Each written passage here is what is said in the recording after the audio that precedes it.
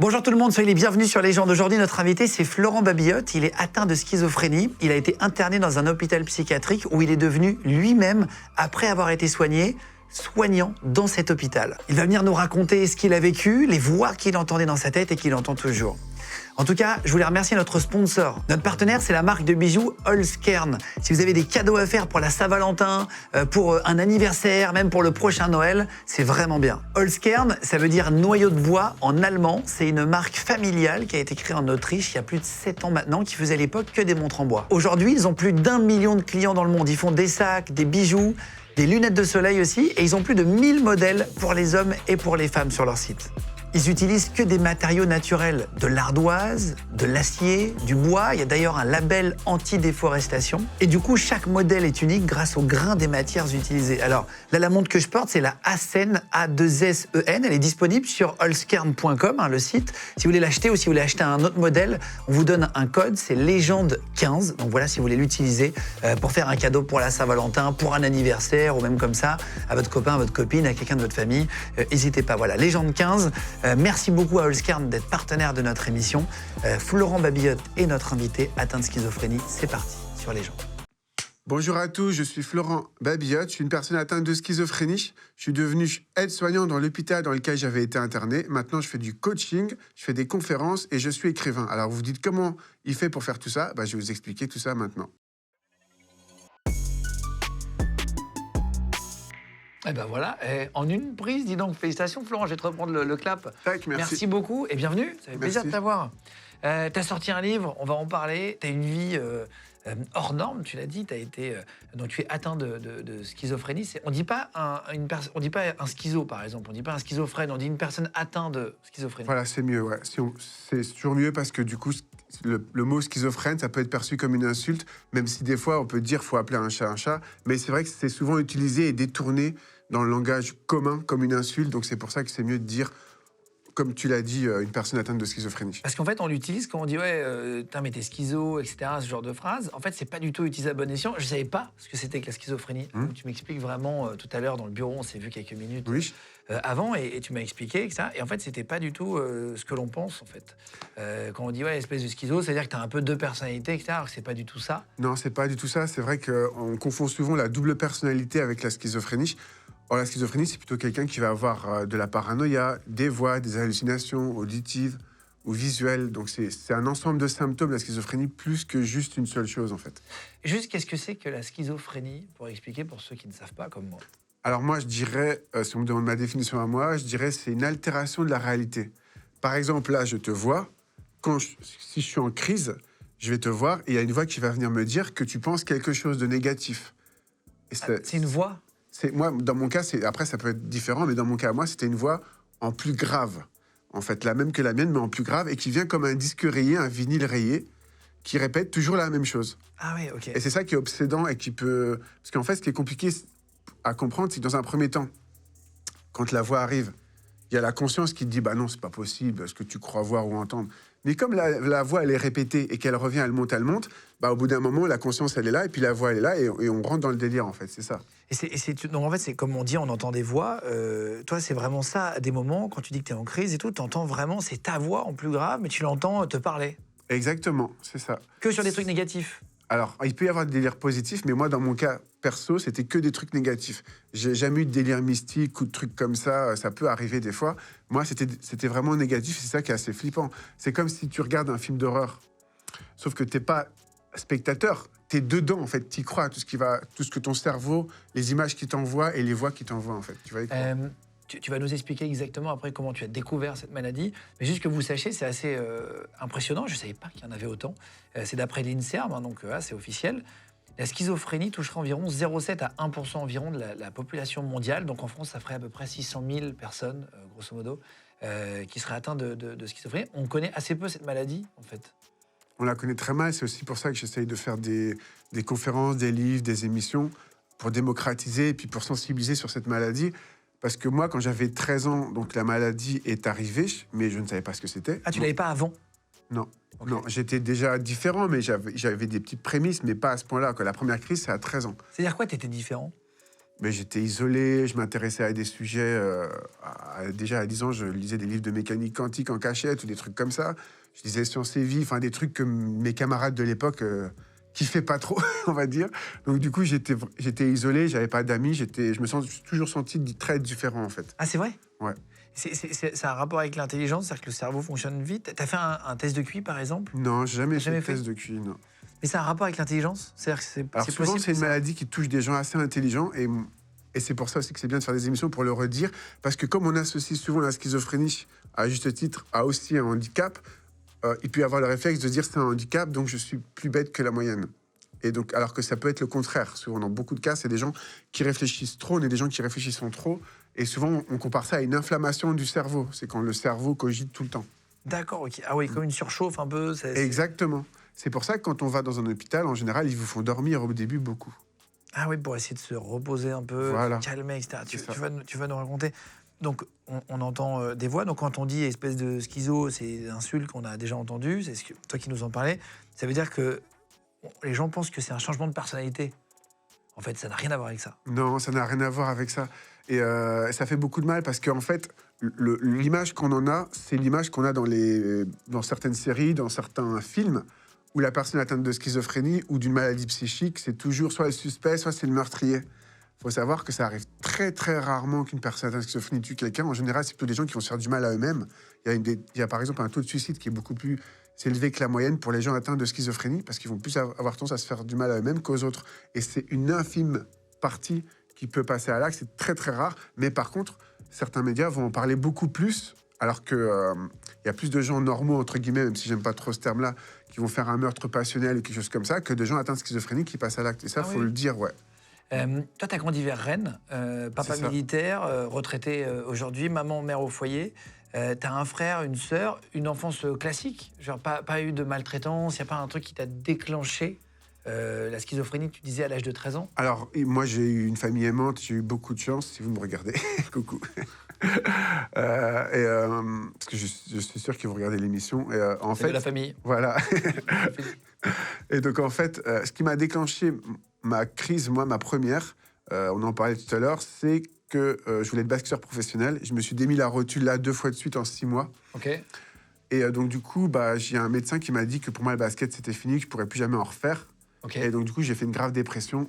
Et la première crise est arrivée à ce moment-là. Ah oui, ok. C'était un moment où tu étais pas bien, quoi. Ouais, parce que quand t'enlèves le rêve d'un gosse qui est de devenir basketteur professionnel à 13 ans, j'avais l'impression que ma vie a été finie, quoi, en fait. Moi, c'était mon rêve. J'étais très, très focus là-dessus, quoi. Tu dis que ça arrive à 13 ans, ça se passe comment? Ça se matérialise comment la première fois? À la première crise, donc comme je disais, j'étais en dépression, donc je dormais très mal, j'étais pas bien, j'avais des idées déjà très négatives. Parce que je me disais, mais comment tu vas faire? Tu vas pas pouvoir être basketteur, donc c'était compliqué. À l'école, j'avais pas des bons résultats non plus. Et donc la première crise, je monte dans un bus. Et là, en fait, il y a une fille qui est au fond du bus, avec une frange, qui discute avec son copain. Donc jusque-là, tout est normal. Sauf qu'il y a une voix qui vient dans mon cerveau, comme un éclair qui vous foudroierait le cerveau, comme ça vient sans prévenir. Et c'est assez brutal et violent, en fait. Hein. Et cette voix, elle me dit, cette fille au fond du bus, elle se moque de toi. Elle dit, quel con ce type. Et donc, du coup, cette voix en plus grave, au début, elle vient une fois. Après, c'est 2 fois, 3 fois. Et elle vient de façon répétitive, comme ça. Donc, je prends peur. Donc, ce que je fais, c'est que je me mets derrière le conducteur du bus, donc à l'opposé de la fille qui est au fond du bus. Qui, en fait, ne dit rien du tout et ne pense sûrement pas ça. Non, elle parle juste avec son copain, elle rigole, mais elle m'a peut-être même pas remarqué, en fait, au final. C'est dans ma tête. Oui, c'est dans ta tête. Ouais. Et en fait, le vrai problème, c'est qu'au début, il n'y a que la fille qui parle avec son copain dans ma tête. J'imagine qu'elle dit des choses négatives. Et au bout d'un moment, c'est tout le bus, le brouhaha du bus. Je vais l'interpréter avec la voix, comme si tout le bus se moquait de moi. Donc moi, je pars du bus précipitamment et le reste, je vais le faire à pied pour aller au collège, en fait. Et c'est ma première crise, ça m'a beaucoup marqué parce que j'étais en sueur, comme si je venais de faire un basket ou un footing. J'étais en sueur, en nage. On n'en parle pas souvent, mais les crises sont aussi épuisantes. Physiquement, psychiquement, c'est épuisant, mais physiquement aussi, dans certains cas, ça peut être épuisant. Et moi, j'étais épuisé physiquement et psychiquement, les deux. Et là, tu arrives à l'école, tu en parles à quelqu'un de cette crise? Tu en parles à tes parents le soir? Tu dis, il y a un truc qui s'est passé bizarre? Non, j'ai totalement honte, en fait. Et à l'époque, je ne sais pas trop ce que c'est non plus la schizophrénie. C'est la première fois que ça m'arrive. Et comme je suis redevenu à un état normal au bout de quelques heures, je mets ça derrière moi en me voyant bien qu'il y a un truc de pas normal, mais je me dis, je suis redevenu à un état normal, on va de l'avant et puis ça ne va pas revenir, quoi. En tout cas, je suis dans dans ce mindset-là à l'époque, à 13 ans. Waouh. Tu vas pas voir un médecin, du coup, t'es pas suivi du tout, en fait. Pas du tout, non. Rien du tout. Les gens autour de toi, genre, je sais pas, tes frères et sœurs, ils remarquent rien? Non. La seule chose qu'on pourrait dire, c'est que je suis un ado turbulent, que je suis indifférent des autres, que avec les crises de parano que je pouvais faire, des fois, je pouvais avoir des réflexions un peu bizarres, mais c'était un combat interne. C'est-à-dire que je le montrais très peu, ça se voyait pas. J'aurais pu faire acteur, je pense. Tu vas pas voir sur Internet ce qu'ils disent sur, À 13 sur ans, ça? à mon époque, il n'y a pas Internet. Hein. À 13 ans, et ça n'existe même pas. Non, ça n'existe pas. Moi, j'ai 43 ans là maintenant. À 13 ans, je ne suis même pas sûr qu'il y avait encore Internet. Ça n'existait pas. C'est arrivé quand j'avais 18-20 ans, peut-être, mais plus tard, quoi. Ça n'existait pas du tout, t'as raison. Ouais, Waouh. ça nous rajeunit pas. Ouais, moi, j'ai 5 ans de moins que toi, et donc j'avais 8 ans. Et effectivement, quand j'avais 8 ans, on était loin d'Internet. Hein. Ben ouais. On n'avait pas de téléphone portable non plus. Non, moi, j'ai eu mon premier téléphone portable, je devais avoir 18-20 ans, donc ouais. Waouh. Donc, et c'est ça, et c'est vrai, c'est important ce que tu dis, parce que du coup, en fait, si j'avais eu Internet à l'époque, peut-être que je me serais renseigné par moi-même pour voir un peu. Et à l'époque, j'ai aucun moyen, j'ai honte. On n'a pas Doctissimo, nous. On n'a pas tous ces trucs. Bah voilà, à l'époque, ça n'existait pas. Bah non. Et donc, du coup, j'avais totalement honte, donc je me suis renfermé sur moi-même et j'en parlais à personne, je le cachais en fait. Ces voix que tu entends, c'est en permanence, c'est par moment, c'est comment? Alors, à l'époque, quand j'ai 13 ans, la première crise, c'est très violent. Après, ça se calme pendant plusieurs mois. Et je vais en faire plusieurs, jusqu'à mes 24 ans, jusqu'à ce que le diagnostic de la maladie soit posé. Mais ce qui va être compliqué, c'est que ça va revenir. Je retourne à un état normal, donc je me dis, c'est bon. Ça revient, et ça va revenir de façon... À la fois, ça va revenir crescendo, c'est-à-dire c'est de plus en plus fort, et ça va être de plus en plus long dans le temps. C'est-à-dire que ça va plus être... Ça s'accentue, quoi. Voilà, ça va plus être comme dans le bus où ça dure 1h30, 2 heures, et puis après, je suis passé à autre chose. Ça va durer de plus en plus longtemps, ça va être des jours, des semaines après, quoi. Est-ce que, là, toi, tu es devenu schizophrène, tu as été atteint de schizophrénie à 13 ans, donc à peu près l'adolescence. Est-ce qu'il y en a qui sont atteints plus tôt ou plus tard à l'âge adulte? Oui. Tu peux devenir à l'âge adulte d'un coup Oui, alors, plus tôt, c'est rare, mais ça existe. J'ai travaillé avec une association qui militait pour que ce soit reconnu chez les jeunes de 8 ans. Ça peut arriver, c'est très rare. Mais il y a quelques personnes qui sont atteintes dès 8 ans de schizophrénie. C'est important de poser la question, il faut le savoir. Ça peut se manifester des fois, il y a des gens qui le déclenchent à 40 ans suite à un trauma, un choc émotionnel, quelque chose comme ça. C'est rare, mais ça peut arriver. En général, c'est plutôt à l'adolescence. Toi, tu as écrit un livre qui s'appelle Obscure Clarté Résurrection, le chemin vers le rétablissement. Je vous mets le lien, si vous voulez le commander en cliquable sous la vidéo, le lien Amazon, parce qu'il est dispo sur Amazon. Hein, exactement, c'est ça.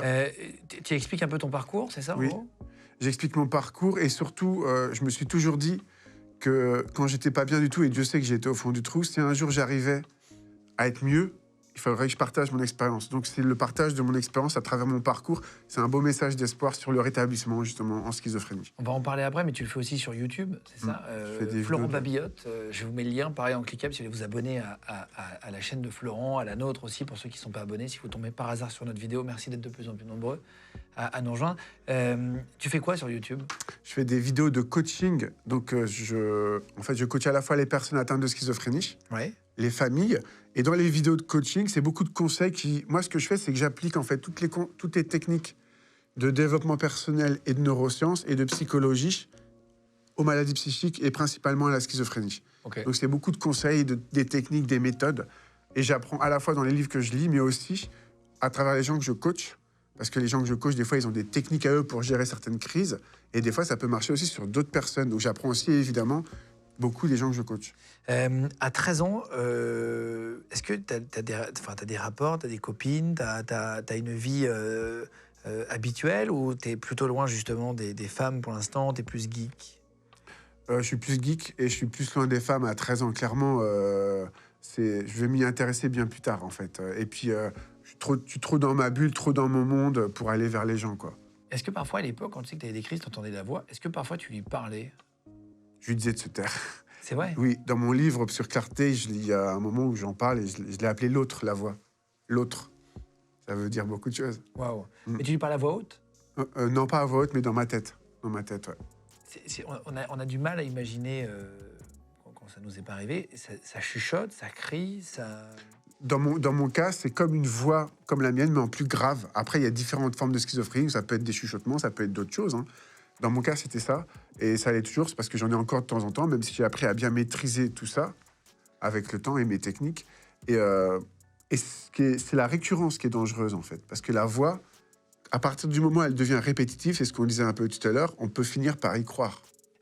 Tu redoubles 2 fois, donc ton parcours scolaire, c'est, je crois, entre 13 et 18 ans, j'avais noté, si Oui. je dis pas de conneries, mais tu redoubles 2 fois. T'as pas ton bac. Exactement, ouais. Tu redoubles d'abord une première fois en 3e, voilà, et l'autre C'est ça. en seconde. En fait, tu fais 4 ans pour en faire 2. En réalité, 3e, seconde, c'est en 2 ans en France, hein, pour les Belges et les Suisses et les Canadiens qui peuvent nous regarder au Maghreb et tout. Et en gros, tu passes 4 ans à faire 2 années normales, donc tu redoubles 2 fois, tu as du mal à ce moment-là. Mais même si tu n'as pas le bac, tu arrives à avoir un autre diplôme après. Oui, alors en fait, moi, ce qui était particulier, c'est que j'étais souvent l'un des meilleurs à l'oral. En tout cas, quand le prof posait des questions, j'arrivais à répondre assez facilement. Et j'arrivais à comprendre les concepts, mais j'avais un problème de gestion du stress. Donc quand arrivaient les examens, en général, je me cassais la gueule. Et quand j'ai commencé à gérer un peu mieux mon stress, j'ai pu passer une capacité en droit que j'ai eu avec la mention bien. C'est une équivalence au bac, en fait. Et là, ça continue après comme ça. Tes parents ne le savent toujours pas. Mes parents ne le savent toujours pas à cette époque-là, non. Pendant quasiment 10 ans, c'est à 22 ans que tu as une vraie crise. 24 ans. 24. Non, c'est à 22 ans que tu as une crise de paranoïa. Dans le métro. Ouais, où Oui. ça s'accentue. Donc c'est quasiment 10 ans plus tard. Tu racontes que tu deviens un peu parano. Et voilà, tu cites dans le livre, tu penses être suivi par des agents secrets. C'est-à-dire, tu voyais des gens qui te regardaient, tu pensais qu'ils voulaient te suivre. C'était quoi comment ça se matérialisait? En fait, oui, c'est ça. C'est-à-dire que j'étais dans le métro et d'un seul coup, il y a une personne que je vois avec un costard noir et je me dis, c'est un agent secret, il est là pour me pister. Ça paraît fou comme ça quand on se dit ça. Mais moi, comme ça revient de façon répétée, cette voix revient de façon répétée, et bien au bout d'un moment, je finis par y croire. C'est-à-dire qu'à la conscience, au début, je me dis, non, mais attends, c'est pas possible ce que la voix te dit. Mais comme ça vient de façon répétée, au bout d'un moment, on finit par y croire. Donc quand j'y crois, je pars, je quitte le métro précipitamment en me disant, je vais voir s'il me suit toujours. La personne ne me suit pas. Je re-rentre dans la rame d'après, dans le métro d'après. Et là, il y a encore une personne avec un costume, parce qu'aux heures de pointe, le matin, les gens vont travailler, ils sont souvent en costume. Même si la personne ne ressemble pas du tout à la personne que je pensais, mon délire est tellement fort que je suis persuadé que c'est la même personne. Tu dis c'est un autre agent secret. Non, je me dis c'est le même agent secret. Ah, c'est le même lui. Il est sorti, je l'ai pas vu, il est re-rentré. C'est-à-dire que on est tellement dans notre délire qu'on se le justifie soi-même. Même s'il n'y a pas de cohérence au Il final. n'avait pas de moustache, maintenant il a une moustache, mais je pense que ça... Tu te disais, non, c'est ça en fait, tu t'imaginais. Non, c'était juste la veste noire. La veste noire, comme il avait la même veste noire, et je me suis dit, c'est forcément le même. En fait, alors que sûrement qu'il ne lui ressemblait pas du tout et que c'était pas le même. J'étais dans mon délire, quoi. Et parfois, tu disais que ta voix intérieure, pas la tienne, insultait tes parents. Oui.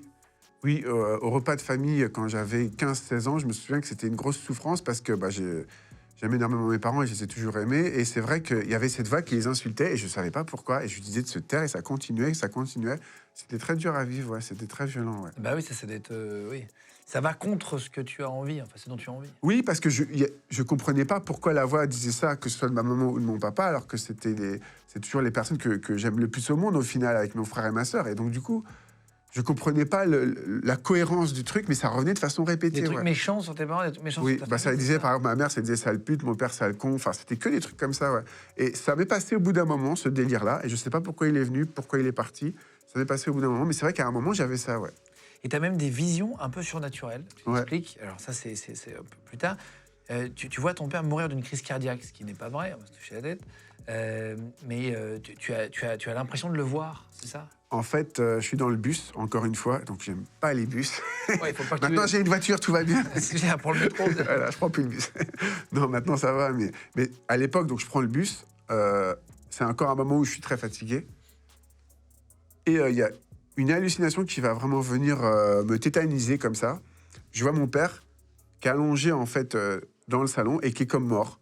Et au début, je me dis, comme d'habitude, la conscience te dit, c'est pas possible ce que tu crois voir ou entendre.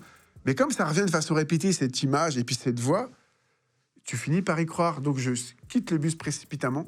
Je fais 2 kilomètres en courant pour retourner chez mes parents. Et là, mon père, je me souviens toujours à cette époque-là, je crois que c'est un des plus beaux jours de ma vie, parce que je suis tellement persuadé que mon père, il est mort. Pour moi, je viens juste le voir, il est mort. Et je pense aussi que j'ai des pouvoirs surnaturels, que je vais le ramener du royaume des morts. C'est pour ça que je fais demi-tour, parce que c'est pas juste le fait de penser qu'il est mort. Je fais demi-tour en me disant, si je le vois, je vais pouvoir le ramener du royaume des morts. C'est-à-dire que à l'époque, je suis dans un délire un peu de super-héros, quoi, quelque part. Il y a un peu ce côté-là. Et c'est vrai que quand je l'ai vu qu'il était vivant, Vraiment, ça m'a choqué. Et le lendemain matin, quand je me suis réveillé, parce que du coup, j'ai beaucoup dormi cette nuit-là, j'ai cru que j'avais fait un cauchemar la veille. À tel point, je savais plus dans quelle réalité... Ah ouais, un peu une réalité altérée, ce que tu disais. Ah oui, c'est exactement ça. Parce que le lendemain, j'ai cru que j'avais fait un cauchemar, en fait. Et peut-être que j'avais besoin de croire que c'était juste un cauchemar pour me rassurer, à l'époque. C'est quoi le royaume des morts? Enfin, comment tu le matérialisais? Tu imaginais que tu pouvais ramener des gens? J'imaginais que par la puissance de l'esprit, je pouvais le ramener du royaume des morts, en fait. En tout cas, c'était comme ça que je voyais les choses. Et je pensais que c'était un monde, le royaume des morts, entre les gens qui vont mourir, qui sont sur le point de mourir, et ceux qui sont vraiment morts. Un entre-deux, en fait. C'est comme ça que je voyais ça dans ma tête. Ouais. Une sorte de passe, ouais. de sas. Ouais. Et c'est pour ça que je courais, parce que je pensais qu'il y avait un temps délimité avant qu'il passe vraiment de l'autre côté, du coup, quoi. Dans plein de religions, ils disent que, enfin, si je dis pas de bêtises, à un moment donné, l'âme va quelque part, après elle repart, etc. Machin, donc il y a des croyances comme ça. Bien sûr. Il y a aussi des croyances sur la réincarnation et d'autres choses. Oui, chacun a sa vision du monde. Il y a plein de visions du monde très différentes. Tu penses ça toujours? C'est quoi ta vision aujourd'hui? Alors, ma vision, je crois en la réincarnation. Je ne suis pas du tout croyant. Je suis plutôt athée, mais par contre, je crois en la vie. Je pense que c'est le plus important. Parce que je vois que tu as une croix à l'oreille. Ouais, mais parce que je la trouve belle et que j'ai été éduqué dans une éducation catholique. Mais je ne suis pas spécialement croyant. Je ne suis pas quelqu'un qui va à la messe. Ça m'arrive de prier pour les miens, mais c'est plus une croyance en l'univers que j'ai qu'une croyance en un Dieu. Si vous êtes sur la route, vous pouvez nous écouter en podcast audio, petit aparté, mais je sais que vous êtes de plus en plus nombreux. Merci à vous. On est 3e des podcasts français aujourd'hui sur Spotify. On est sur Deezer, Google Podcast ou Apple Podcast. Si vous voulez écouter l'émission quand vous êtes en déplacement, quand vous êtes en voiture, quand vous êtes sur un long trajet, en train de faire du sport aussi, n'hésitez pas. Petite question, est-ce qu'on peut guérir de la schizophrénie concrètement et complètement? Alors concrètement, on peut se rétablir de la schizophrénie, c'est-à-dire bien vivre avec, ou se stabiliser, c'est la première étape. Se rétablir, c'est quand on vit vraiment très bien avec. Moi, je suis dans l'étape où je suis rétabli. Mais se guérir, ça sous-tendrait ne plus avoir du tout besoin de médicaments. Moi, je ne suis pas à ce niveau-là, parce que du coup, j'ai toujours un traitement, je fais très attention. J'incite les gens qui sont atteints de cette maladie à faire attention et à avoir un traitement adapté. Il faut faire attention à ça.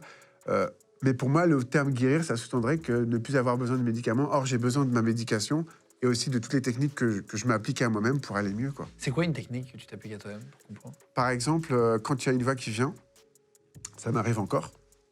Par exemple, là, il y en a une qui parle de toi. Je rigole. Attention. En fait, c'est une technique que j'ai lue dans un livre de développement personnel d'Anthony Robbins. Ça s'appelle la programmation neurolinguistique. Et moi, je l'applique aux voix. La PNL? Voilà, la PNL. La programmation neurolinguistique, ça va être quelqu'un qui a une idée négative. Je suis nul, il va se dire je suis bien. Ou je suis quelqu'un de bien. Et ben moi, je l'applique aux voix. Si la voix dit quelque chose de négatif, par exemple, là, on imagine que tu as une voix, toi. Voilà, Guillaume Play est atteint de schizophrénie. C'est moi qui fais l'émission. Et donc, du coup, tu as une voix et tu te dis dans ta tête, Florent, il est con. Eh bien, en PNL, tu reformules Florent a l'air de quelqu'un de bien. Et du coup, le stress, il diminue. Parce que quand la voix est trop négative, forcément, et qu'on ne sait pas ce qu'on pense vraiment, eh bien, il y a un conflit qui se crée dans notre cerveau. Et du coup, c'est ça qui crée aussi la crise. Donc, le stress, il diminue en la reformulant de façon positive. Et c'est comme ça qu'on peut apprendre à gérer les voix. Il y a plusieurs techniques, mais ça en fait partie. Il y en a une autre, ça pourrait consister à dire, quand il y a les voix qui arrivent, stop dans sa tête. Un stop ferme et autoritaire pour faire appel à son mental, en fait. Et du coup, après, le stop, on dit ça dans un premier temps, et après, on reformule si la voix revient quand même, on la reformule de façon positive. Ok. En fait, la première chose dont tu parlais, c'est en gros, tu penses le contraire de ce que te dit la voix.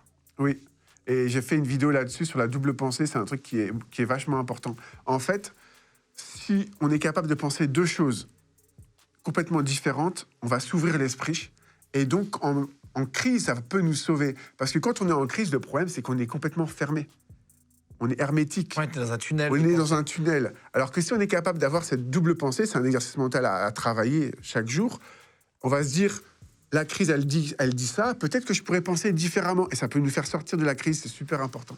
Moi, par exemple, je touche ma tête. Quand j'ai une pensée sombre, un truc où j'entends un truc horrible, et je me dis, tiens, imagine, ça m'arrive, moi, je pourrais broyer du noir très vite, je me touche la tête 2 fois. Je le fais souvent en émission, d'ailleurs, quand j'entends un truc. Ouais, t'es en train de faire une crise, là. Non, mais c'est des tocs. Et en vrai, oui. Moi, ça m'a vachement soigné. C'est ma femme qui faisait ça au départ, elle se touchait la tête quand il y a un truc et tout. Et en fait, c'est vrai que j'ai une pensée sombre, un truc qui me fait flipper, je fais ça, et puis hop, ça passe. Parce qu'en fait, tu fais appel à ton mental en te touchant la tête comme ça, tu à la fois conscientises qu'il y a quelque chose qui se passe qui est pas bien pour toi, et donc du coup, ça te permet de réajuster. Ouais, c'est ça. En fait, chacun a son truc. Bien sûr. C'est pour ça que je disais ça, quand je fais du coaching, je demande aux gens comment vous avez géré la crise quand vous étiez en crise. Et les gens, ils ont différentes méthodes, et ça m'apprend beaucoup, parce qu'à la fois, ça m'apprend pour moi, mais ça apprend aussi ces techniques-là et ces méthodes pour les gens que je coach après. Je peux leur donner des techniques d'autres personnes, en fait, qui peuvent marcher aussi sur eux. Et c'est ça qui est important. Oui, chacun trouve aussi son truc, comme toi. Bien sûr, chacun se bien sûr. stabilise comme il peut. C'est à 24 ans que vraiment tu te fais interner à cause d'un moment.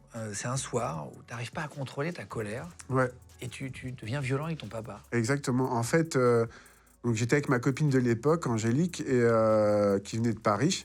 Mon père, comme il était militaire à l'époque, il était colonel, il avait fait un voyage au Brésil. Et il était revenu. À l'époque, on était en conflit avec mon père, notamment par rapport au basket. Puis j'avais repris le basket après, mais les 2 fois où je me suis démis la rotule, j'ai refait du basket quand même. Ça m'a fait 2 ans de rééducation, mais j'ai quand même réussi à rejouer. Et ça m'a beaucoup aidé d'ailleurs, ça. Le fait de rejouer au basket, ça m'a travaillé sur mon mental, ça m'a permis de me dire que tout était possible au final. Donc quand j'ai été malade, ça m'a aidé. Pour venir sur mon papa, en fait, c'est pareil, encore comme un flash qui vient comme ça. Et dans ce flash, je me dis, mon père, il a une autre famille au Brésil. Et c'est pour ça qu'on a des rapports conflictuels. En tout cas, c'est ce que je me disais à l'époque. Et il y a une espèce de truc insidieux qui monte. Je sens que ça monte, une espèce de rage, ouais. C'est vraiment le terme, une rage qui monte. Et je me dis au début, non, faut que tu te calmes, quoi. Et il y a cette voix qui revient. Ton père a une autre famille au Brésil. Ton père a une autre famille au Brésil. Et ça monte, ça monte. Et là, mon père, il nous appelle à table pour manger. Donc, Il ne savait toujours pas que tu étais atteint. Ah non, pas du tout. Non, Alors que tu as 24 ans, ça fait 10 ans. J'ai 24 ans. 10 ans que tu as ça. Ouais, c'est pour ça que je devrais avoir un Oscar quand même de l'acteur de Tu l'année. caches 10 ans à tes parents, c'est énorme. Et j'en rigole maintenant, mais c'est vrai que c'est parce que j'ai pris de la distance, c'était pas drôle du tout à l'époque. Et donc du coup, ce qui se passe, c'est que on arrive tous à table, et moi je regarde mon père avec un regard noir, mais un regard vraiment violent, quoi. Et mon père, voyant ça, il comprend pas en fait. Il se demande ce qui se passe, donc il me dit: Florent, arrête de me regarder comme ça, qu'est-ce qui se passe? Et moi, je me lève et je le secoue violemment, et je commence à lui mettre un coup de genou. En tout cas, j'essaie, il le part. Toute la famille se réunit pour nous séparer, et c'est là qu'ils vont se rendre compte que y a un truc qui cloche, quoi, parce que quand tu t'en viens aux mains avec ton père, c'est que ça va plus, quoi. Et je me souviendrai toujours du regard apeuré de mon papa, parce qu'après, j'y repense à ce qui s'est passé. Et je me dis, mais qu'est-ce qui t'a pris, quoi? Je comprends pas, en fait. Oui, parce que t'as pas l'air du tout violent, là. Attention, hein. Non, mais non, et c'est parce qu'en fait, c'était une lutte interne pendant 10 ans, et ce jour-là, c'est vrai que ça a explosé. Mais c'est vrai, non, je suis pas quelqu'un de violent, je me suis battu 2 fois dans ma vie, enfin, c'est pas mon truc, quoi. Et ton père, donc tu te bats avec lui pour revenir sur l'histoire. Enfin, tu te bats, tu essaies. voilà, c'est violent quand même. Ouais, c'est violent, bien sûr. Avec son très papa, on violent. n'a pas ce genre de. Ouais, non, c'est relation, très hein. violent, ouais. Et lui, il comprend pas pourquoi tu es violent. Lui, il est apeuré, et je me souviens toujours du regard de mon père, qui à ce moment-là a peur de son fils, quoi, a peur de moi. Ça, c'est un truc. Bon, maintenant, on s'est rapprochés, on est super bien ensemble, et c'est génial. Mais sur le moment, à cette époque-là, je pense qu'il va avoir aussi, lui, un déclic. Il va se demander ce qui se passe, quoi. Et ma maman aussi, ils vont se demander, mais attends, Florent, c'est pas le Florent qu'on connaît, quoi. C'est pas possible. Et moi, tout ce que je cachais pendant 10 ans, ça vient à la surface. Et là, c'est visible, en fait. Ah ouais. Là, vous en discutez. Ça se finit comment, cette pseudo-bagarre, ce début de bagarre? Alors, dans mon souvenir, parce que j'ai fait comme un Blackout? Un blackout, ouais. Donc, dans mon souvenir, je me souviens pas ce qui s'est passé après. Je me souviens juste que j'ai été dormir assez tôt, et que le lendemain matin, quand je me suis réveillé, ma mère m'a dit: ça peut plus continuer comme ça, il faut que tu vois un médecin. Et j'ai accepté, parce que j'étais conscient que en venir aux mains avec son père, c'est pas normal, quoi. Donc je voulais me faire soigner, mais bon, j'étais pas du tout conscient que j'allais me faire hospitaliser, interner. Je suis pas sûr que j'y serais allé si j'avais su. Il avait une famille au Brésil, ton père, ou pas? Non. Après, non, t'aurais pu penser à un truc vrai, tu vois. Ouais, non, c'était dans ma tête. Et puis quand bien même, ça ne justifiait en rien. Non, évidemment. Mais c'était dans ma tête, quoi. Donc là, c'est le moment où tu pars en hôpital psychiatrique, on te dit: tiens, il faut que tu te fasses soigner. Il y a un épisode, en fait, où je m'en souviens pas non plus, j'ai fait un blackout. Je vais, en fait, voir le médecin traitant de famille. Hein. Donc il me demande: est-ce que vous entendez des voix? Alors moi, je lui dis: non, vous me prenez pour qui? Et donc du coup, je me dis, il faut pas qu'il le voie que j'ai entendu des voix. Je suis dans la honte, quoi. Et je veux pas être pris pour un fou, donc je mens fermement, quoi. Et mais il va aussi voir ma mère en séparé, c'est-à-dire il me voit moi et il voit ma mère séparément. Et ma mère a remarqué que j'ai un comportement un peu bizarre depuis quelques temps. Et donc, du coup, là, il va m'orienter vers les urgences à Rennes, donc à Pontchaillou. Ils vont faire un bilan psy. Et là, après, je vais être orienté vers l'hôpital psychiatrique. Mais ce qu'il faut savoir, c'est que je pourrais ne plus être là parce que moi, je m'en souviens pas, mais c'est ma mère qui le raconte. En fait, quand je suis sorti de l'hôpital, de chez le médecin traitant, je me suis mis en plein milieu de la route et je croyais que j'avais des super pouvoirs et que les voitures ne pourraient pas me transpercer parce que j'avais des super pouvoirs et que j'étais invincible. Et ma mère, il y a une voiture qui est arrivée, elle m'a jeté en dehors de la route pour pas que je me fasse percuter. Et moi, j'en ai aucun souvenir. C'est elle qui me le raconte, mais moi, je me souviens Ah pas oui, de ça. c'était vraiment, tu partais dans des Ah oui, trucs, j'étais dans un sacré délire, ouais. Là, tu pars à Rennes, du coup, à l'hôpital, et qu'est-ce qui se passe? Ils décident de t'interner, ils comprennent? C'est très compliqué parce que quand j'arrive à Rennes, déjà, je crois que je suis sur table d'écoute. Donc là, il y a le fameux téléphone portable, ça commence à arriver. Donc j'ai un téléphone portable. Je le balance par terre, je le tape dessus. Je suis dans mon monde, quoi. Je demande à voir ma copine de l'époque, Marion. Non, c'était Angélique à l'époque, ouais. Et du coup, en fait, la psychiatre ne veut pas. Je menace de me suicider et je pense que j'étais sérieux, j'étais vraiment pas bien. Et donc, du coup, ce qui va se passer, c'est que, voyant qu'il y a une menace que je me suicide, bah, je vais être dans une unité fermée, un peu comme une prison. On n'a même pas le droit de sortir, d'aller dans le parc. Pour faire quoi que ce soit, il faut demander. Toutes les portes sont fermées à clé. Ça va être très dur les premiers jours. Ça va être très Tu compliqué. fais quoi? Bah, les premiers jours, je dors 24 heures sur 24, quasiment 20 heures sur 24, en T'es sous gros. cacheton, ils te donnent des... Ouais. Je me souviens juste que l'aide-soignante venait me voir le matin si je voulais prendre un petit déjeuner. Et puis je disais non. Et puis je me rendormais, quoi. Ça a été très dur les premiers jours, ouais. Ah, waouh. Toi, t'es sportif, tu sais que tu faisais du sport, du basket. Ouais. Tu dois maigrir, j'imagine, non? À force de dormir toute la journée sans faire de sport, tu dois maigrir? Alors, au début, ce qui va se passer, c'est que quand les traitements vont diminuer un petit peu, j'essaye de refaire des pompes. Et j'arrive même pas à en faire une, en fait. Ça me déprime complètement parce que je vois que je suis Amorphe. complètement amorphe. Et puis, les gens qui étaient là-bas, il faut se remettre à l'époque. C'était il y a plus de 15 ans. Donc, les gens qui étaient là-bas à l'époque, il y avait encore des gens qui pouvaient baver des substances ou des trucs. C'était super violent pour un gosse de 24 ans, quoi. Et je voyais... Et ce qui m'a marqué aussi, c'est qu'on avait une blouse blanche. On n'avait pas le droit de s'habiller normalement les premiers jours. Donc, c'était très stigmatisant, quoi. Ouais, tu disais vraiment... Et ça, c'est à l'hôpital psychiatrique, du coup? Ouais. En unité psychiatrique? Ouais. Tu restes combien de temps? 1 mois. Et alors quand j'ai demandé combien de temps j'allais y rester, parce qu'au bout de 3 semaines, je suis mieux. Et là, je demande à la psychiatre, est-ce que vous pouvez me donner un ordre d'idée sur combien de temps je vais rester? Parce que quand on est à l'hôpital psy, le premier truc qu'on veut, c'est sortir, c'est normal. Et elle m'a dit, ça va dépendre de vous, mais peut-être 6 mois. Et finalement, je suis sorti 1 semaine après, parce que j'ai fait des gros progrès, quoi. Ah ouais, donc il En restait fait, qu'un mois. Ouais, j'ai eu un déclic, j'ai vu mon père, il est venu me voir avec ma maman. Et à un moment, il a prétexté d'aller aux toilettes. Et quand il est revenu, il avait les larmes aux yeux, je voyais qu'il avait pleuré. Et là, je me suis dit, tu peux pas rester comme ça, il faut que tu fasses quelque chose, quoi. Ouais. Et ça a été la grosse violence dans ma tête. Je me suis dit, faut que tu te bouges. Tu peux pas accueillir la dépression et juste rester comme ça, quoi. Ouais. Il faut que tu te bouges pour sortir de là. Et enfin voilà, j'avais jamais vu mon père pleurer avant, donc ça Ouais, m'a c'est fait violence, quoi. Ouais. Ouais, c'est ça qui t'a choqué, en fait. Ouais. C'est là qu'ils te diagnostiquent la schizophrénie? C'est à ce moment-là, à l'hôpital, ils te le disent à un moment donné? Oui, ils me le disent, mais c'est compliqué encore parce que la psychiatre, alors je juge pas, hein, elle avait beaucoup de personnes à s'occuper, et puis il y a le téléphone qui sonne à ce moment-là, donc on me dit juste t'es atteint de schizophrénie, et puis c'est tout. Et donc du coup, elle passe à autre chose, et moi je dois partir, et je vais rester comme ça à pas savoir ce que c'est exactement, en fait, parce qu'à l'époque c'était les balbutiements d'Internet, il n'y avait pas de désinformation, il n'y avait pas Doctissimo comme on disait tout à l'heure. Donc moi, la schizophrénie, l'image que j'en ai, c'est la schizophrénie, l'image que j'en ai, c'est les meurtriers qu'on voit dans les séries, dans les films, machin, et je vois que je suis pas comme ça, donc je comprends pas, donc ça fait peur. Et aussi, je me dis, c'est un handicap.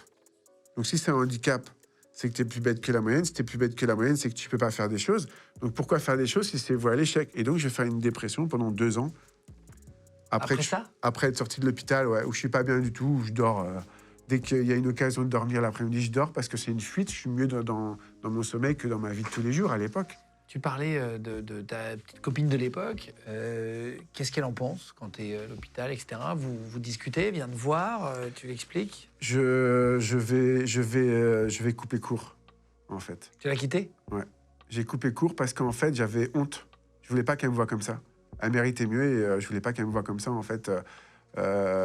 Donc au début, ça a été compliqué pour elle parce qu'elle voulait venir. Mais au début, je voulais qu'elle vienne quand j'étais dans mon délire. Mais dès que j'ai repris un peu possession de ma conscience, je me suis dit non, elle mérite mieux. Pas comme ça, quoi, en fait. Et donc du coup, Elle le savait pas? Elle ne le savait pas, non. Avant, tu l'avais jamais dit que tu entendais les voix avec ça? Non, non, non. C'est compliqué de draguer une fille. Bonjour, j'entends des voix. Ça va? Ouais, c'est pas la première C'est phrase pas à top, dire. quoi. Tu C'est mets pas pas en top. accroche Tinder. Est-ce que quoi. je voulais t'inviter à prendre un verre? Alors, c'est soit moi qui parle, soit la voix. On verra. Ah ouais, C'est non. pas top, quoi. Ça peut faire peur, mais après. J'aurais pu en parler au bout d'un moment. Voilà. Quand tu es dans c'est une vrai. relation, tu peux dire écoute, je vais te dire un truc. Parfois, j'ai des petits trucs. Voilà. Je l'ai dit après, peut-être qu'on en parlera plus tard, quand j'ai eu des relations qui ont duré très longtemps. Mais elle, non, je n'en avais pas parlé. Ouais.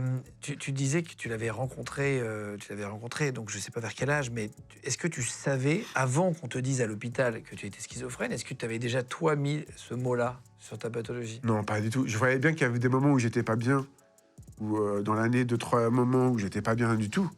Mais je savais pas mettre des mots sur mes mots MAUX. Non, j'avais pas fait le rapprochement, quoi.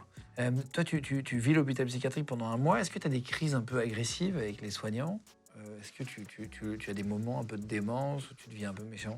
Non, par contre, j'ai essayé de sortir de l'hôpital, moi. J'essayais de... En fait, comme tout était fermé à clé, avec les autres personnes qui étaient là, au bout de quelques semaines, au bout de la 3e semaine, quand j'ai commencé à être un peu mieux, on fomentait des plans pour essayer de sortir. Bon, on n'a jamais réussi, mais on essayait. Non, parce qu'en fait, les premières semaines, moi, je dormais énormément.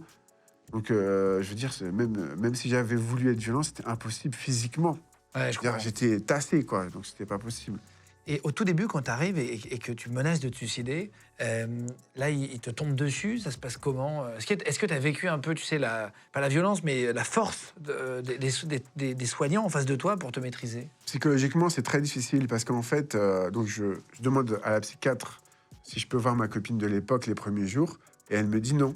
Et c'est vrai que je le prends très mal, donc je me menace de me suicider. Je lui dis, bah écoutez, ça va être vite réglé, il suffit de me laisser seul 30 secondes.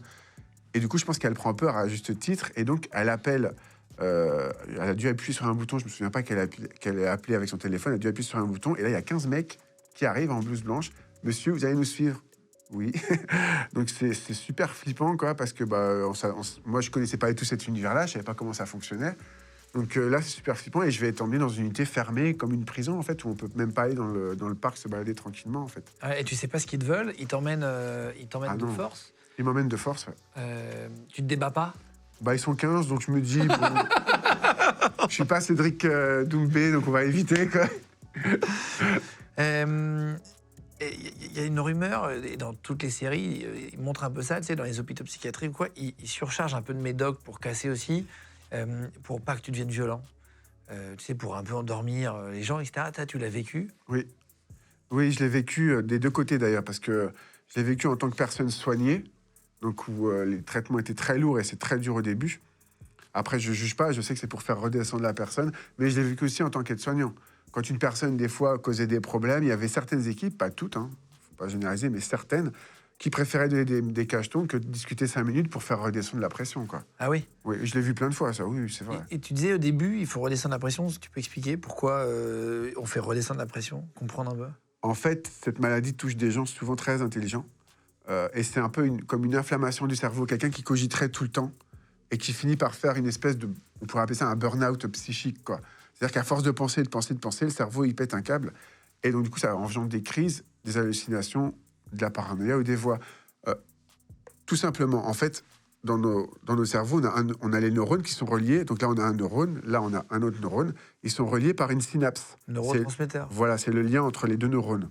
Mais le problème, c'est que quand on est atteint de cette maladie, au bout d'un moment, donc ce qui va relier un neurone à un autre, la fameuse synapse, elle fait ça. Donc, elle relie mal les neurones, ce qui va développer des crises, des interprétations erronées, des voix, des hallucinations et de la paranoïa. Et donc, c'est pour ça qu'il faut redescendre d'abord le cerveau, c'est-à-dire qu'ils font redescendre la pression, le stress, avec aussi des antipsychotiques qui vont permettre de recréer ce lien entre les neurones. Ah, wow. Ils sont forts, les médecins, quand même. Hein. La médecine, c'est fou. Hein. Ils ont fait beaucoup de progrès sur les traitements, notamment par rapport à il y a 15-20 ans. Ouais. Tu racontes que donc, tu fais un mois d'hôpital psychiatrique, après tu pars sur à peu près 2 ans de dépression, donc tu ne dois pas avoir loin de 26 ans, je pense que tu es rentré à 24. Comment t'en sors de la dépression? Comment tu trouves la lumière vraiment À la lumière, ça va être ma maman. Ça va être ma maman. Un jour, elle vient, elle participe à des groupes de parole avec l'UNAFAM, c'est une association qui aide les familles de personnes atteintes de schizophrénie. Et elle vient avec une feuille. Et sur cette feuille, il y a une liste de personnages Donc il y a John Formnash qui était atteint de schizophrénie, qui a eu le prix Nobel je crois que c'était en 94 pour sa théorie des jeux. Il y a Einstein qui avait fait des bouffées délirantes, dont le fils était atteint de schizophrénie. Des écrivains, poètes comme Antonin Artaud qui étaient atteints de maladies psychiques et qui ont fait des très belles choses. Et elle me dit, tu vois, ils avaient cette maladie-là, ça ne les a pas empêchés d'avoir une belle vie, de faire des choses qui ont changé le monde. Et là, moi, en fait, ça va venir switcher ma perception que j'ai de la maladie. Et de toi? Et de moi. Parce que moi, ma vision de l'époque, c'est t'es atteint de schizophrénie, t'as un handicap, donc tu peux rien faire. Donc à quoi bon faire quelque chose, c'est voué à l'échec. En gros, c'est comme ça que je pensais. Et à partir de ce moment-là, je vais me dire, ils ont changé le monde. Tu peux peut-être pas changer le monde, mais tu peux changer ta vie, ça veut dire. Et du coup, j'ai m'autorisé à commencer à faire des choses. J'avais un rêve, c'est d'écrire un livre. Et j'ai commencé à écrire dès le lendemain, mais même si j'ai pas des capacités de concentration très grandes à l'époque, j'ai écrit 5 minutes. Puis le lendemain 5 minutes encore, puis 5 minutes, puis ça augmente comme ça. Ok, petit à petit. Ouais. Tu disais, Van Gogh, Einstein, tout ça, ils avaient des maladies psychiques aussi? Oui. Et c'était la même que toi? C'était la schizophrénie ou... Alors Einstein, c'était des bouffées délirantes qu'il a fait. À l'époque, je suis pas sûr qu'on parlait vraiment de schizophrénie, Oui, que le terme existait vraiment, quoi. Donc il a fait des bouffées délirantes. Son fils, lui, ça c'est avéré, était atteint de schizophrénie parce qu'il a été une longue partie de sa vie en epilepsie. D'ailleurs, il y a un livre là-dessus qui est très bien. Et il y a eu beaucoup de personnages créatifs, finalement, qui étaient atteints de schizophrénie. Or, quand on est capable de faire de la créativité, c'est qu'on a une forme d'intelligence, forcément. Et tu dis qu'à 28 ans, c'est le jour de ton anniversaire, en fait, de tes 28 ans. Tu tapes dans la glace, tu te regardes dans un miroir et tu tapes dans la glace. C'est pourquoi? En fait, c'est violent parce que à 28 ans, je vais me rendre compte que j'ai pas encore réalisé mes rêves. Je me regarde, et c'était une période où je voulais pas trop me regarder dans la glace. Et là, il y a de la buée, et je me regarde dans la glace, et je vois quelqu'un de fermé, qui n'a pas réalisé ses rêves. J'ai pas terminé mon livre, parce que je l'ai mis de côté. Au début, j'ai pris peur quand j'ai vu tout ce qui venait. Ça m'a fait peur, et je l'ai mis de côté. Donc, je vais taper un grand coup de poing dans la glace, et en fait, c'est une métaphore, mais c'est un peu comme si les 1000 morceaux de la glace qui vont tomber par terre, c'était 1000 morceaux de moi que j'avais explosé, et donc il va falloir tout reconstruire. Et donc, ce moment-là, ça marque en fait le début d'une renaissance pour moi. Parce qu'à partir de ce moment-là, je vais me bouger beaucoup plus, encore plus qu'avant. Et je vais vraiment me dire, il faut que tu fasses quelque chose, tu peux faire quelque chose en fait. C'est pour ça que, par exemple, mon livre, la couverture, c'est un phénix. Moi, je crois beaucoup en la mythologie du phénix, le fait de pouvoir renaître de ses cendres. Ce qui ne te tue pas te rend plus fort, la résilience, toutes ces choses-là. Obscure Clarté Résurrection, je rappelle, si vous voulez le lire, et lire toute l'histoire de Florent, je vous mets le lien, toujours en cliquable sous la vidéo. Avec plaisir, si vous le commandez sur Amazon, je vous mets le lien directement d'Amazon. Il y a aussi Mathieu, donc il y a ta maman, et il y a Mathieu qui est infirmier, et c'est la deuxième personne, l'autre personne qui va t'aider à sortir de ça. Oui, parce que c'est la première personne qui va m'encourager. En fait, l'idée d'écrire un livre, je l'ai depuis que j'ai 18 ans.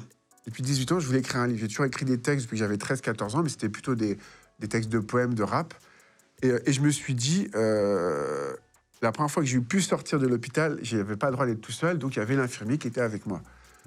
Et l'infirmier va me demander si j'ai des projets que je voudrais réaliser plus tard. Alors je dis ça entre deux phrases, sans trop y croire. J'aimerais écrire un livre un jour, mais en mode, de toute façon, c'est mort, quoi. Avec la maladie, je ne pourrais pas. Et il m'a encouragé. Et ça m'a fait un bien énorme. Des fois, une petite phrase, ça vaut mieux que beaucoup de choses. Une petite phrase comme ça par une personne de confiance, parce que c'est quelqu'un à qui je m'entendais bien, qu'on respecte, qu'on admire, et du coup, ça m'a donné l'allant nécessaire pour y croire aussi, quoi. 28 ans, tu tapes dans une glace, tu dis j'ai pas réalisé mes rêves. 29 ans, un an plus tard, tu décides de commencer les études d'aide-soignant, d'être de l'autre côté de la barrière. C'est ça qui est incroyable. En fait, quand j'étais au fond du trou, je me suis toujours dit que si un jour je m'en sortais, parce que moi, quand j'étais au fond du trou, je cherchais désespérément des gens qui s'en sortaient avec la maladie. Mais comme il n'y avait pas Internet, moi, j'avais l'impression que personne ne s'en sortait. Et donc, du coup, je me suis dit, si un jour tu t'en sors, il faudra que tu montres et que tu dises aux gens qu'on peut s'en sortir. Quoi de mieux que de devenir aide-soignant dans l'unité où j'avais été interné pour justement montrer que c'est possible. Tu fais tes études pendant 1 an, tu dis à personne que tu es schizophrène? Non. Tu le caches? Ah oui, parce qu'en fait, je ne sais pas si j'aurais été pris pour ma formation, par exemple, d'aide-soignant. Donc c'est-à-dire qu'on peut être à la fois schizophrène et devenir aide-soignant pour aider les schizophrènes sans leur dire? Je leur ai dit après, quand j'ai été à l'hôpital, une fois que j'avais mon diplôme, mais pas pendant la formation.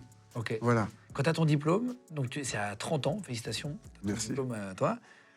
Tu bosses directement dans l'hôpital ou tu cherches du boulot? Comment ça se passe? Oh, c'est assez rapide, en fait. Je sais que je vais bosser en psychiatrie. Donc je me dis, je vais essayer de bosser à Rennes, mais je me dis jamais que je vais bosser dans la même unité. Rennes, l'hôpital psychiatrique de Rennes, il est immense. Parce que c'est vraiment là où t'étais, quoi. Ouais, mais je me suis dit, je vais être dans une autre unité. Parce qu'il y a des centaines d'unités, c'est immense. Donc je me suis dit, il n'y a aucune chance que tu sois dans la même unité. Et on me prévient la veille que je vais être dans l'unité où j'ai été interné, en fait. Et là, j'ai bugué, je me suis dit, il y a une chance sur combien pour que ça arrive? Et bah si. Et ça a été un grand moment parce que le premier jour, j'ai eu un moment de flottement où je voyais des gens qui étaient encore là à l'époque où j'étais. Et donc, du coup, j'ai eu besoin de m'asseoir pendant 5 minutes pour peut-être prendre conscience des choses, je pense. Et après, ça a été très bien. Mais c'est vrai qu'au début, ça a été compliqué, évidemment, de voir qu'il y avait des personnes qui étaient encore là. Je me suis dit, tu pourrais aussi y être, finalement, quelque part. Tu reconnais des soignants qui étaient là à l'époque ou pas? Aussi. Ils te reconnaissent? Ils m'en ont jamais parlé.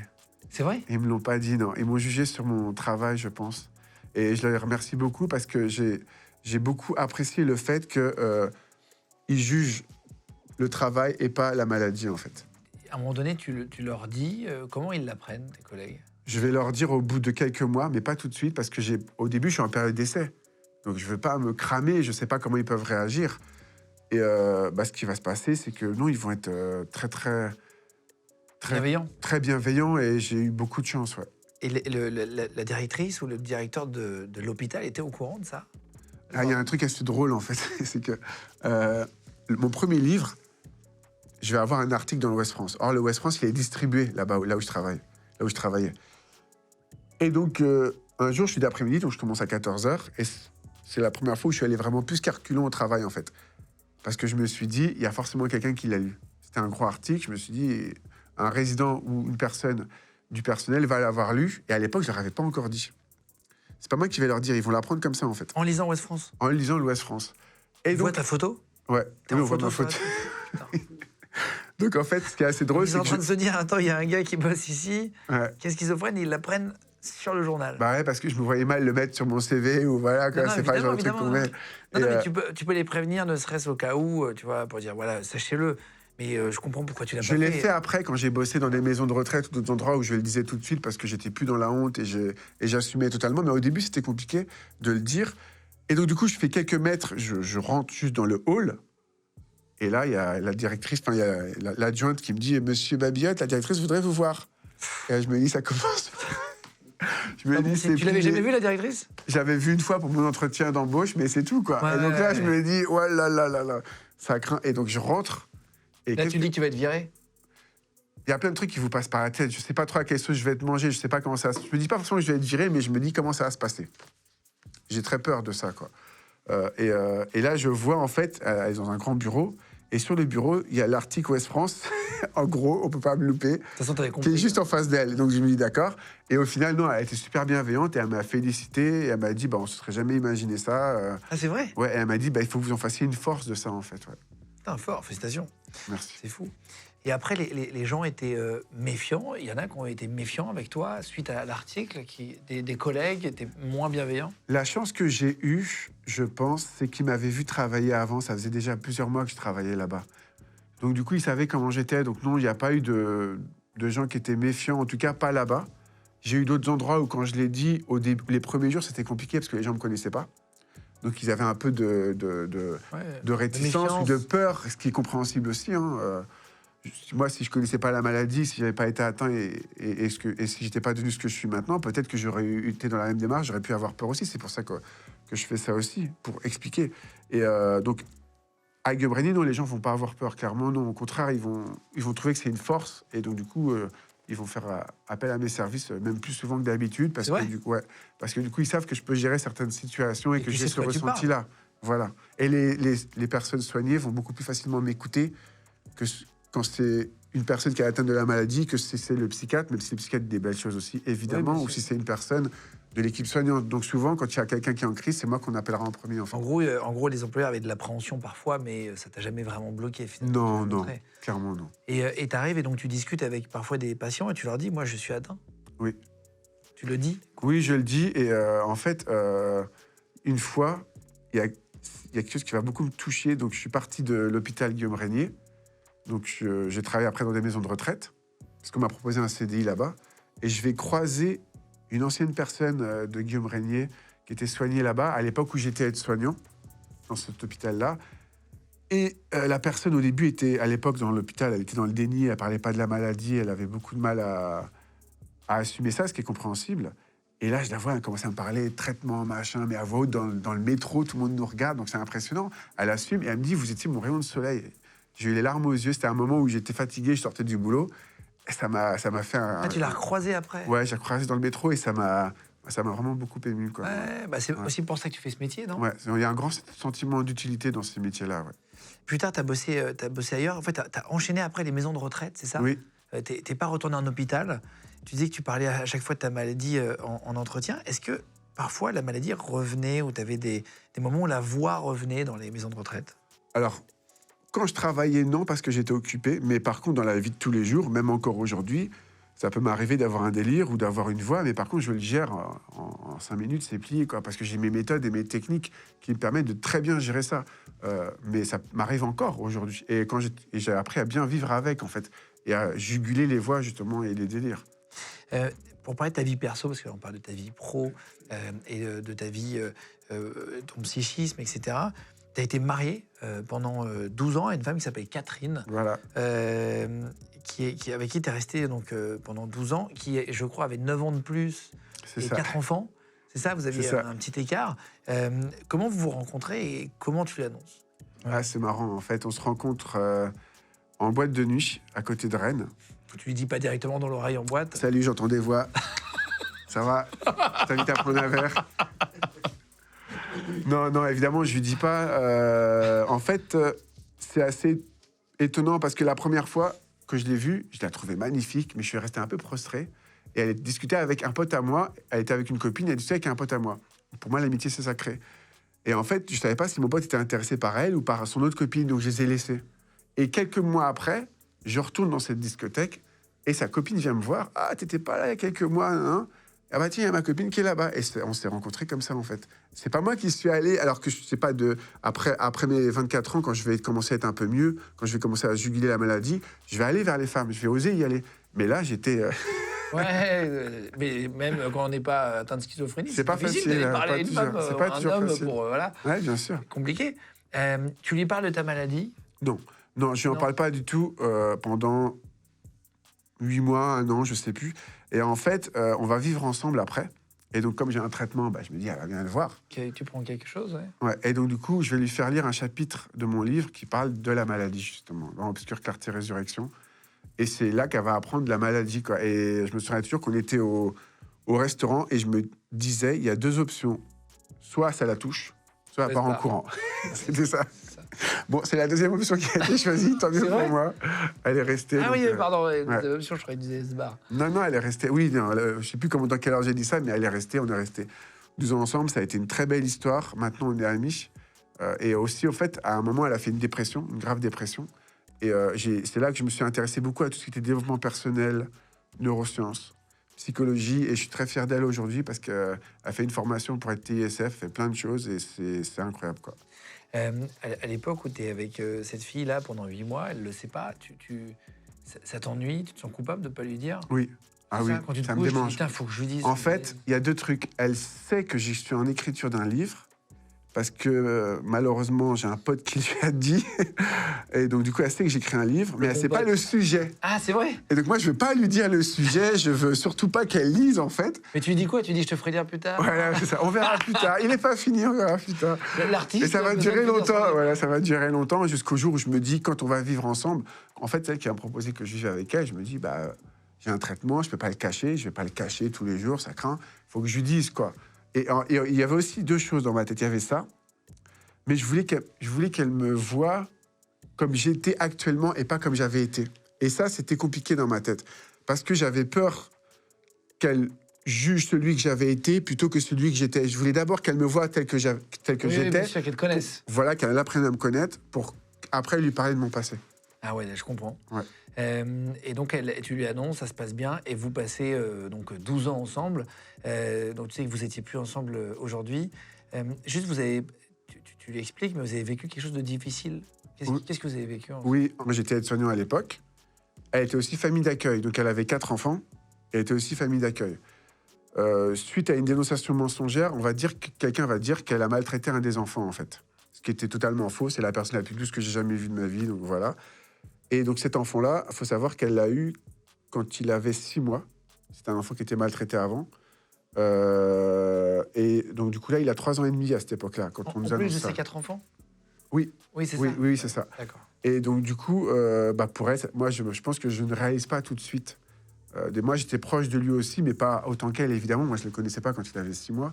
Elle voulait adopter, donc elle était vraiment dans une démarche différente. Et ça va être très très compliqué pour elle. Elle va faire une tentative de suicide. Il y a un jour où je rentre en fait du boulot et en fait je la trouve pas, donc je vais dans la salle de bain et en fait elle a fait une tentative de suicide, elle s'est taillé les veines quoi. Je la vois dans une mare de sang et j'ai beau être soignant, je vais avoir je pense quelques secondes où je suis tétanisé, où j'arrive pas à bouger, où j'arrive à rien faire du tout et il va falloir que je me dise dans ma tête, t'es aide-soignant, tu sais les gestes de premier secours plusieurs fois et après j'arrive à lui faire. Mais sur le moment, je suis tétanisé. J'ai beau être aide-soignant, comme c'est quelqu'un que j'ai aimé énormément, voilà, et forcément, sur le moment, je suis tétanisé et il va me falloir quelques secondes pour reprendre mes esprits, quoi. Donc tu lui sauves la vie? Ouais, sur ce jour-là, ouais. Oui. On a des liens très forts, on est restés amis, mais on a toujours des liens très forts, ouais. Est-ce que c'est plus dur de dater une femme quand on est atteint de schizophrénie, justement? Est-ce que c'est un peu mon angoisse? C'est une bonne question. C'est compliqué à répondre. Je dirais dans un premier temps, oui. Quand on n'est pas stabilisé ou rétabli. Maintenant, je dirais que quand je rencontre une femme, globalement, je le dis assez rapidement maintenant. Voilà, parce que j'ai ce parcours-là et je me dis, soit la personne, elle trouve ça bien ou génial ou machin, soit elle trouve ça nul ou elle a peur, mais au moins, je suis plus vite fixé, quoi. J'attends pas. Ouais, tu perds plus de temps. Je perds plus de temps. Mais c'est vrai que le problème de cette maladie, c'est qu'elle est très stigmatisée. Et donc, quand on n'est pas rétabli, moi, c'est vrai que c'est plus facile pour moi maintenant. Je suis coach, je fais du slam, j'ai écrit des livres, bon voilà. Donc, c'est plus facile de dire je suis atteint de schizophrénie, mais je suis rétabli que dans les premiers stades où tu bosses pas encore, où t'es pas accompli, tout ça. C'est beaucoup plus compliqué. Donc, je juge pas les gens qui le disent pas, mais c'est vrai qu'il y a différents stades aussi, quoi. Et ça peut être compliqué de le dire, évidemment. On part pas avec des points positifs de prime abord. Toi, tu n'as pas d'enfant? Non. Tu n'en veux pas ou c'est parce que tu attends un peu Alors, j'en ai jamais voulu. Aujourd'hui, je suis moins fermé parce que Catherine avait 4 enfants, donc j'ai été très, très sensibilisé, plus l'autre enfant qu'on a eu en famille d'accueil. Donc j'ai été très sensibilisé. Aujourd'hui, je dirais pas non. Mais il faudrait que ce soit un projet vraiment réfléchi, parce que je suis quelqu'un de très passionné qui fait beaucoup de choses. Donc il faut aussi avoir du temps quand on veut un enfant. Et c'est important, je pense. Je confirme, ouais. Et c'est en 2020, juste avant le Covid, là, tu décides d'arrêter d'être aide-soignant. Pourquoi tu décides d'arrêter Parce que j'ai un sens du timing incroyable. Tu te dis qu'il y a un je sais, j'ai ma boule de cristal, je sais que le Covid, il arrive. Non, en fait, bon, ça, c'est le hasard, le timing, c'est le hasard, mais dans un coin de ma tête, il y a une frustration en tant qu'aide-soignant, c'est qu'on passe 15, 20, 30 minutes par personne, gros maximum, et je sens que je peux donner plus. Comme j'ai aidé mon ex-femme à se sortir de la dépression, je vois bien que je peux aider à travers mon parcours, à travers ce que j'ai appris avec mon ex-femme sur la dépression, etc. Et je vois que je peux aider beaucoup plus que ce que je fais dans mon métier d'aide-soignant. Et donc je me dis, ce que je fais dans un premier temps, c'est que je passe à mi-temps comme aide-soignant. Et je commence une activité de coaching. Mais je ne sais pas si ça va prendre ou pas. Donc je me dis, tu as la sécurité d'avoir ton travail d'aide-soignant qui te plaît toujours, mais tu peux aussi voir, est-ce que coach, en creusant un peu, ça peut démarrer, quoi. Et donc, une fois que j'ai commencé à avoir de plus en plus de coaching, j'ai arrêté d'être aide-soignant, quoi. Et donc, ça se matérialise comment, le coaching? Tu es avec des gens dans une pièce? C'est une salle de classe? C'est quoi? Alors, non. En fait, globalement, c'est du face-to-face, Okay. soit en Zoom, soit en réel. Okay. J'ai plusieurs types de séances. En fonction des formats, on peut prendre des séances plus ou moins longues. Donc, du coup, parce qu'il y a des gens qui ont des difficultés de concentration, qui ne sont pas au même stade de la maladie. Donc, il y a une séance qui va être à 25 minutes, une séance à 35 minutes, une à 50, où on peut même faire plus si la personne le demande. Je me déplace aussi quand les gens le demandent. Et c'est beaucoup, dans un premier temps, créer un rapport de confiance très important pour que la personne puisse me dire vraiment les choses. Et plus elle va m'en dire des choses, plus je vais pouvoir l'aider. On a une adresse mail là, pour tes formations de coaching, etc. Je vous la mets, il s'affiche à l'écran et je la mettrai sous la vidéo, mais c'est babiotte.florent@laposte.net, ça c'est ton mail. C'est ça. Les gens s'inscrivent par mail, c'est ça? Exactement, ouais. On me contacte par mail parce que moi j'ai besoin. Déjà, j'accepte pas toujours tous les coachings, même si j'accepte les 3/4. Il faut que je sache que je peux aider. C'est le plus important. Donc moi, ce que je demande dans les mails, c'est d'avoir un historique de la personne, d'avoir un peu sa problématique, sur quel point elle veut travailler, et après moi je vois comment je peux l'aider. Là, tu me parles de formation de coaching, c'est pour les personnes atteintes de schizophrénie ou c'est aussi pour d'autres maladies Comme j'ai eu des résultats, on m'a confié des gens qui étaient atteints de dépression, de bipolarité, burn-out. Donc c'est beaucoup sur les maladies psychiques, de toutes les façons, évidemment. Mais les techniques que j'emploie, c'est des techniques de développement personnel, de base. Donc ça peut s'appliquer aussi à tout un chacun, même si c'est à un degré différent avec les maladies psychiques. Et je coach aussi les familles, parce que dans la schizophrénie, le premier stade, c'est qu'on est dans le déni, on n'a pas conscience de la maladie. Donc des fois, la personne enfant va pas vouloir se faire soigner dans un premier temps. Et donc, dans un premier temps, je vais apprendre aux parents comment communiquer mieux avec leur enfant pour l'influencer de façon positive. Par exemple, pour qu'ils puissent accepter de faire des démarches pour aller mieux. Toi, tu vis de ça aujourd'hui? Oui. Tu es devenu coach, donc entre ça, le livre à côté? Et les conférences. Les conférences? Je fais des conférences sur la schizophrénie. J'en ai fait une notamment au ministère de la Santé avec une association, avec l'UNAFAM, c'était super. Et tu fais du slam, tu disais? Oui, je fais du slam, j'invite les gens à regarder. On a un clip qui s'appelle Tendre schizophrénie sur YouTube. Et donc du coup, c'est vraiment très important parce que... C'est le lien sous la vidéo. C'est un beau message d'espoir, sans renier les difficultés de la maladie. Ça fait environ 4-5 ans que je fais du slam. Et on espère développer encore plus cette activité-là avec mon musicien Claude Azel. Et voilà, il y a beaucoup de sujets différents, mais entre autres, il y a un beau message d'espoir sur la schizophrénie. Je vous mettrai le lien, je disais, si vous voulez cliquer pour aller le voir après. Il y a le rappeur Gringe qui a un frère schizophrène. Il en parle dans son livre, j'ai noté, c'est Ensemble, on aboie en silence. Il a fait un morceau qui s'appelle On aboie en silence aussi. Il dit qu'il s'est longtemps senti coupable de ne pas avoir pu aider son frère davantage. Toi, tu as eu des discussions, tu parlais de ton papa qui était avec les larmes aux yeux dans l'hôpital, etc. Vous avez eu des discussions depuis avec toute la famille? Bah, pendant un moment, quand j'ai fait ma dépression, je suis l'aîné, moi, dans la famille. Donc, on est 3. Et j'ai ma sœur Laetitia, qui a 1 an de moins que moi, et mon frère Rénal, qui en a 2 ans de moins. Et en fait, pendant un moment, quand j'ai fait ma dépression, j'étais plus l'aîné. C'est-à-dire que c'est eux qui sont devenus à la fois ma grande sœur et mon grand frère sur le plan mental. Parce qu'ils ont vraiment tout fait pour m'aider, clairement, quoi. Et je les en remercie parce que ça m'a beaucoup aidé. Et ils m'ont jamais jugé. Ils m'ont toujours que ce soit mes parents ou mon frère et ma sœur, ils m'ont toujours tiré vers le haut, quoi. Et t'as reparlé de cette bagarre avec ton papa? Oui, on en a reparlé avec mon père, bien sûr. Et ça va mieux maintenant? Ça va beaucoup mieux. Bah, en fait, je pense que quand la maladie a été diagnostiquée, ça lui a fait un électrochoc. Alors après, moi, j'étais évidemment pas parfait parce que j'étais très fermé quand j'étais ado, comme beaucoup d'ados, mais plus encore, dû aussi à la maladie, hein, j'imagine. Et on s'est beaucoup rapprochés. Et maintenant, on a une super relation, quoi. Et finalement, la maladie, bah, ça m'aura aussi apporté ça. J'ai retrouvé mon père. Il y a une phrase que je dis dans mon livre, c'est... je sais plus la phrase exacte, mais c'est grosso modo, à l'adolescence, ma main va quitter la main de mon papa. La maladie, finalement, va nous permettre de nous retrouver. Je trouve que c'est une belle phrase, quoi. Ouais. Et il est fier de toi maintenant? Il faut que je lui demande, mais il me l'a dit plusieurs fois qu'il était fier. Après, je suis quelqu'un d'assez ambitieux. Donc, je pense qu'il est fier de mon côté ambitieux, du fait que j'ai toujours des projets. C'est ce qui me tient aussi. D'avoir des projets, des objectifs et d'essayer de les réaliser. Je trouve que j'ai pas envie de me lever à 99 ans et de me dire j'aurais dû, quoi. Alors après, je préfère échouer, mais avoir essayé, que de ne pas avoir essayé. Ta maman est fière aussi, j'imagine? Oui, ma maman, c'est ma première supportrice. Ouais. Merci beaucoup, Florent. Merci Florent beaucoup. Babiotte, qui a écrit le livre, je rappelle une dernière fois, Obscure clarté, résurrection. Le chemin vers le rétablissement, je vous mets le lien, les gars, si vous voulez le prendre, lui donner de la force, lire aussi, et que vous soyez atteint ou non. D'ailleurs, c'est intéressant de comprendre comment t'en es sorti, comme tu le disais juste avant, et comment tu as appris à vivre avec. Merci beaucoup de nous avoir expliqué ça. Merci pour votre invitation, merci beaucoup. Première fois que j'en entends parler aussi clairement, merci mille fois. Les gars, je vous mets aussi la chaîne YouTube si vous voulez vous abonner à la chaîne de Florent. Merci de vous abonner de plus en plus à Légende. Ça fait vraiment très plaisir d'être avec vous. On est là 3 fois par semaine, le mercredi, le vendredi et le dimanche. N'hésitez pas à mettre un petit commentaire sous la vidéo. Vraiment, ça nous aide beaucoup. Une petite cloche, pareil, comme ça vous avez les notifs, à liker la vidéo. Et on est en podcast audio, si vous ne le savez pas, et si vous voulez, pendant que vous faites du sport ou en voiture, etc., vous pouvez nous écouter sur Spotify, Deezer, Apple Podcast et Google Podcast. Et vous pouvez nous mettre une petite note sur les applis de podcast, ça nous aide vraiment beaucoup. Merci à vous tous et on se retrouve dans la prochaine vidéo.